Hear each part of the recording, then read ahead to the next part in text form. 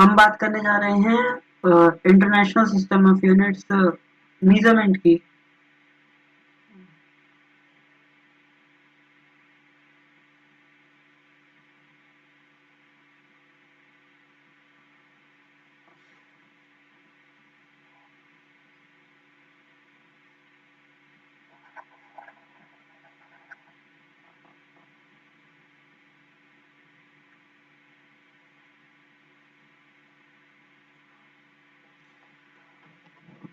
Measurement of physical properties, इसके अंदर measurement के क्या क्या तरीके हैं उसकी बात कर रहे हैं। उसके बाद international system of units, international system of units, international system of units बोलो तो एसआई यूनिट।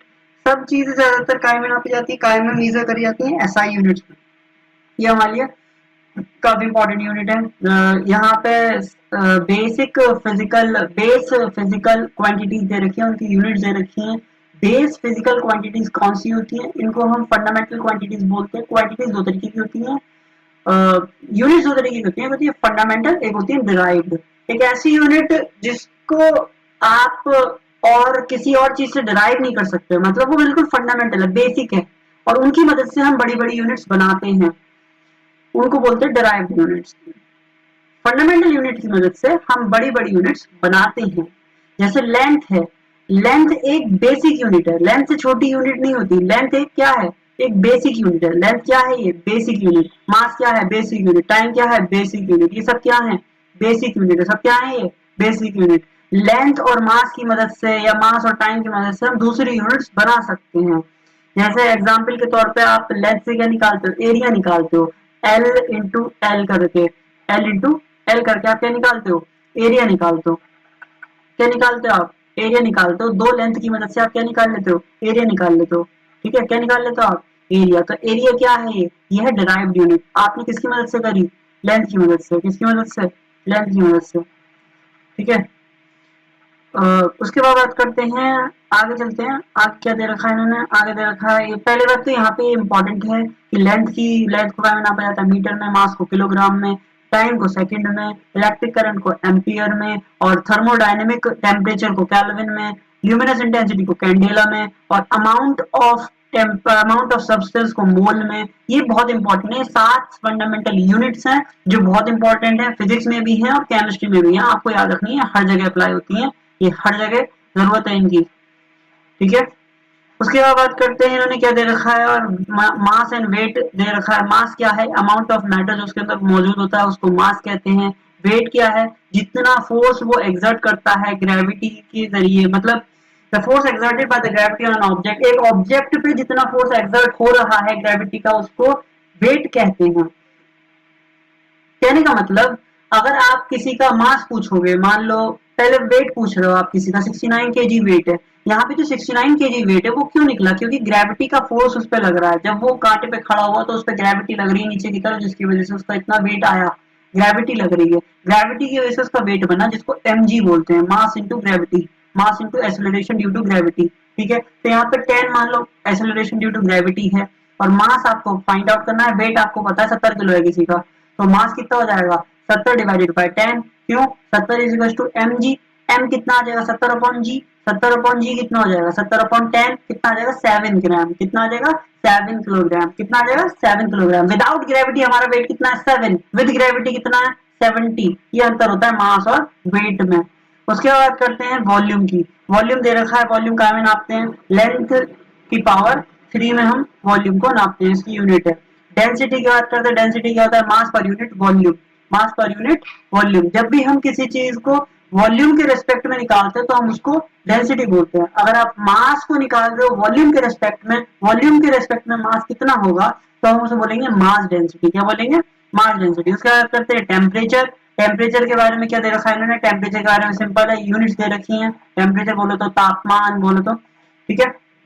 और टेम्परेचर में ये इंपॉर्टेंट है, फ़ारेनहाइट का फॉर्मूला बहुत इंपॉर्टेंट है, 9/5 इंटू सेल्सियस प्लस 32। मान लो 10 डिग्री सेल्सियस टेम्परेचर दे रखा है, आप यहाँ पे सेल्सियस की वैल्यू पुट करो, इधर सेल्सियस की वैल्यू पुट करो और आपका आंसर आ जाएगा। इधर यहाँ पे 10 पुट करा, यहाँ पे क्या होगा, 5 टू 10 ही कट जाएगा, 2 9 18 प्लस 32 कितना आ जाएगा, 50। इस तरीके से आप सेल्सियस को फ़ारेनहाइट में कन्वर्ट कर सकते हो इस फॉर्मूले की मदद से। फिर ये केल्विन में निकालने के लिए कैसे होता है, मान लो 30 डिग्री सेल्सियस दे रखा है और आपको केल्विन में पूछा है तो कैसे करोगे, 30 प्लस 273 कर दोगे, आंसर आ जाएगा 303 केल्विन, टेम्परेचर आपका आंसर आ जाएगा। ठीक है, तो ये बेसिक यूनिट्स है टेम्परेचर की, 3 बेसिक यूनिट्स है, केल्विन, सेल्सियस और फ़ारेनहाइट। केल्विन में साइंटिस्ट ज्यादातर यूज करते हैं केल्विन, ये फंडामेंटल यूनिट है। सेल्सियस डेराइव्ड यूनिट है जो केल्विन से ही डेराइव की गई है। केल्विन मान लो 30 है तो प्लस कर दो 273, सॉरी माइनस कर दो 273 तो सेल्सियस आ जाएगा इस तरीके से। फिर बात करते हैं फ़ारेनहाइट की। फ़ारेनहाइट क्या होता है, फ़ारेनहाइट आपको बता चुका हूँ, फ़ारेनहाइट भी एक टेम्परेचर की तीसरी यूनिट है, सबसे बड़ी यूनिट फ़ारेनहाइट है। फ़ारेनहाइट में आपको टेम्परेचर निकालना है, कैसे निकालोगे, मान लो सेल्सियस में दे रखा है, अभी बताया था फ़ारेनहाइट का फॉर्मूला दे रखा है 9.5 इंटू सेल्सियस प्लस 32, आप उसमें वैल्यू पुट कर सकते हो और आप आंसर आ जाएगा। जो आपका फीवर नापा जाता है उस थर्मोमीटर से, वो सब फ़ारेनहाइट में होता है। ठीक है, उसके बाद करते हैं, क्या दे रखा है, अनसर्टेनिटी इन मेजरमेंट। जो आप मेजर करते हो उसमें अनसर्टेनिटी काफी होती है, एग्जैक्ट मेजरमेंट नहीं लिया जाता है कभी भी, मतलब कुछ ना कुछ अनसर्टेनिटी होती है मेजरमेंट में, वो दे रखा है।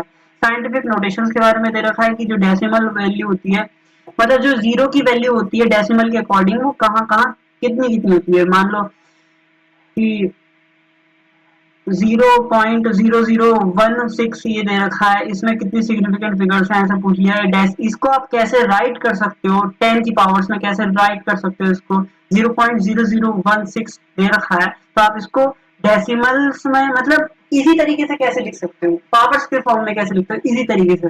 जैसे 0.0016 को आप कैसे लिख सकते हो, 1.6 इंटू 10 की पावर माइनस का 4 आप लिख सकते हो। ये जो दे रखा है ये, ठीक है, समझ आया, कुछ नहीं आया, आगे बढ़ते हैं। ये इतना इम्पोर्टेंट नहीं है, मतलब कैलकुलेशन के हिसाब से बहुत इंपॉर्टेंट है, लेकिन टेस्टों के हिसाब से इतना इम्पोर्टेंट नहीं है। आपको कैलकुलेशन में फायदा देगा, मतलब आप अगर कैलकुलेट करें तो कैसे कर सकते हैं, जैसे यहाँ पे दे रखा है 5.6 इंटू 10 की पावर 5 इंटू 6.9 इंटू 10 की पावर 8, ये जो दे रखा है इसको कैलकुलेट करा इन्होंने। 5.6 को पहले मल्टीप्लाई करा और 10 की पावर को अलग रख लिया, 10 की पावर जितनी भी इनको अलग लिख लो, 10 की पावर 5, 10 की पावर 5, ये क्या होंगी 10 की पावर 5 और 10 की पावर 8 दे रखी है, ये क्या होंगी, ये ऐड हो जाएंगी क्योंकि मल्टीप्लाई का साइन है, बीच में काय का साइन है, यहाँ पे मल्टीप्लाई का, इसलिए क्या हो जाएंगी, ऐड हो जाएंगी। ये पावर्स को हमेशा ऐड कर देते हैं जिनका बेस सेम होता है। यहाँ पे देखो बेस क्या है 10 है, पावर का बेस क्या है 10 है, पावर का बेस क्या है 10 है, ये दोनों ऐड हो जाएंगी, क्यों, क्योंकि बीच में मल्टीप्लाई का साइन है, देखो मल्टीप्लाई का साइन है, ये साइन काय का दे रखा है मल्टीप्लाई का, इसलिए पावर्स क्या हो जाएंगी, यहाँ पे ऐड हो जाएंगी।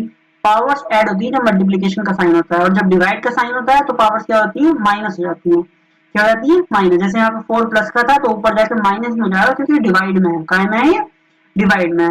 ये सिंपल सा कॉन्सेप्ट है, सिंपल सा रूल है जो इसमें लगता है, कैलकुलेशन के समय काम आता है, बहुत ज्यादा काम आता है। ठीक है, पावर्स की कैलकुलेशन आपको आनी चाहिए फिजिक्स केमिस्ट्री में, इसके बिना कुछ भी नहीं है। एडिशन और सब्सट्रैक्शन आप कैसे कर सकते हो, देखो अगर आपको दो पावर्स वाली वैल्यूज का आपको सब्सट्रैक्शन या एडिशन करना है तो वो पॉसिबल नहीं है, आपको पहले उनकी पावर्स को सेम करना पड़ेगा तभी होएगा, नहीं तो नहीं होएगा, अदरवाइज गलत हो जाएगा। क्यों, क्योंकि एक बार बताओ, आपके पास 5 इंटू 10 की पावर 3 है, 5 इंटू 10 की पावर 3 में आप कैसे माइनस कर दोगे, 5 इंटू 10 की पावर 3 में से 5 इंटू 10 की पावर 2 को कैसे माइनस कर दोगे, अगर आप तरीके से मैथ्स लिख के करोगे, आपके हिसाब से क्या आना चाहिए, 10 की पावर 3 माइनस 10 की पावर 2, 10 की पावर 1 और 5 माइनस 5 0, ये तो गलत हो गया आंसर, ऐसे नहीं होता है। क्यों, क्योंकि 5000 में से 500 को माइनस करो तो 45 तो आना चाहिए, वो कैसे आएगा, वो ऐसा आएगा पहले उनकी पावर से सेम करो। 5 इंटू 10 की पावर 3 है और 5 इंटू 10 की पावर 2 है, पहले इनकी पावर्स को सेम करो। कैसे होंगी पावर सेम, देखो 0.5 इंटू 10 की पावर 3 बोलूं तो ये भी 500 है, और 5 इंटू 10 की पावर 2 बोलूं तो ये भी 500 है, तो 5 इंटू 10 की पावर 2 को कैसे लिख सकते हो, 0.5 इंटू 10 की पावर 3 लिख सकते हो। तो आप क्या करोगे, 5 इंटू 10 की पावर 3 माइनस 0.5 इंटू 10 की पावर 3, 10 की पावर 3 जो है कॉमन आ जाएगा, वो बाहर निकल जाएगा, 5 में से 0.5 माइनस हो जाएगा, वो आ जाएगा 4.5। तो आंसर क्या आ गया, 4.5 इंटू 10 की पावर 3। कैसा आया, पहले आपको पावर्स को सेम करना पड़ेगा, पावर्स को, पॉइंट को, डेसिमल को जो है ना इधर उधर इतना इस हिसाब से करो, जैसे यहाँ पे 4.8 था, यहाँ पे 4.8 था, 4.8 का जो डेसिमल था इसको इन्होंने एक कदम पीछे ले लिया, तो इससे क्या हुआ, इसकी पावर एक बढ़ गई, माइनस के 3 से माइनस पर 2 हो गई, माइनस में बढ़ी है, मेरा मतलब माइनस में घटी है, वैसे बढ़ गई। ठीक है, तो ये क्यों हुआ? क्योंकि आपने डेसिमल प्लेस को एक पॉइंट पीछे ले लिया। तो ये इस तरीके से आप क्या कर सकते हो, इस तरीके से आप किसी पावर वाली वैल्यू को माइनस कर सकते हो। क्या कर सकते हो? माइनस कर सकते हो। माइनस करने का मेथड बताया इन्होंने, और जीरो की सिग्निफिकेंस बताई है कि डेसिमल वाली वैल्यूज में जीरो की क्या सिग्निफिकेंस होती है। यहाँ पे देखो ये दे रखी है, जीरो की सिग्निफिकेंस बताइए यहाँ पे। ये है तो इम्पोर्टेंट, ठीक ठाक इम्पोर्टेंट है, लेकिन इतना इम्पोर्टेंट नहीं है फाइनल पेपर्स के लिए। है तो वैसे इम्पोर्टेंट, टेस्टों के हिसाब से इम्पोर्टेंट है, लेकिन फाइनल पेपर्स के लिए इतना इम्पोर्टेंट नहीं है। ठीक है, जीरो की क्या वैल्यू है, जीरो की क्या औकात है, दो नॉन जीरो डिजिट्स के बीच में जीरो की क्या वैल्यू होती है। यहाँ पे गिना जाएगा, नहीं गिना जाएगा, सिग्निफिकेंट फिगर्स मतलब गिनी जाएगी या नहीं। यहाँ पे देखो 1 2 3 4 है, ये पूरी वैल्यू गिनी जाएगी क्योंकि जीरो दो फिगर्स के बीच में आ गई, तो नॉन जीरो डिजिट्स के बीच में जीरो आ गया, इसलिए गिना जाएगा, ये जीरो भी गिना जाएगा।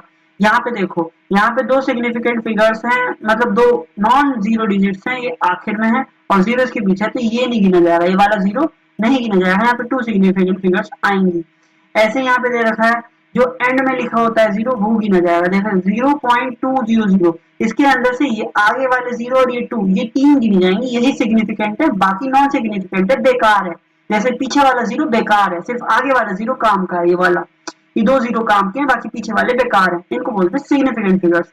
तो ये इंपॉर्टेंट है, थोड़ा सा फिजिक्स में भी दे रखा है। ठीक है, फिजिक्स और केमिस्ट्री दोनों के फर्स्ट चैप्टर्स में यही सब दे रखा है। ये सब कैलकुलेशन करने के तरीके हैं, और क्या है प्रिसीजन क्या होता है, आप किसी वैल्यू को कितना प्रिसाइज निकाल लो, कितना क्लोजनेस आ रही है आपकी मेजरमेंट्स में एक ही क्वांटिटी के लिए। जैसे आपने वेट निकाला, वेट के मेजरमेंट आए, एक बार आए 2.3, दूसरी बार आए 2.2, तो इसमें कितना वो है, प्रिसीजन है, मतलब 2.3 और 2.2 में ज्यादा अंतर नहीं है। तो कहते हैं एक्यूरेसी, कि आपकी पर्टिकुलर वैल्यू, ट्रू वैल्यू जो है उसके अकॉर्डिंग कितनी नजदीक आ रही है। जैसे ट्रू वैल्यू है 2, उसके उसके अकॉर्डिंग कितनी नजदीक आपकी वैल्यू है, कितनी एक्यूरेट आई है। अगर आपका मेजरमेंट करते हुए 2 ही आ गया तो आप बिल्कुल एक्यूरेट है, क्या है, बिल्कुल एक्यूरेट। ठीक है, उसके बाद डायमेंशन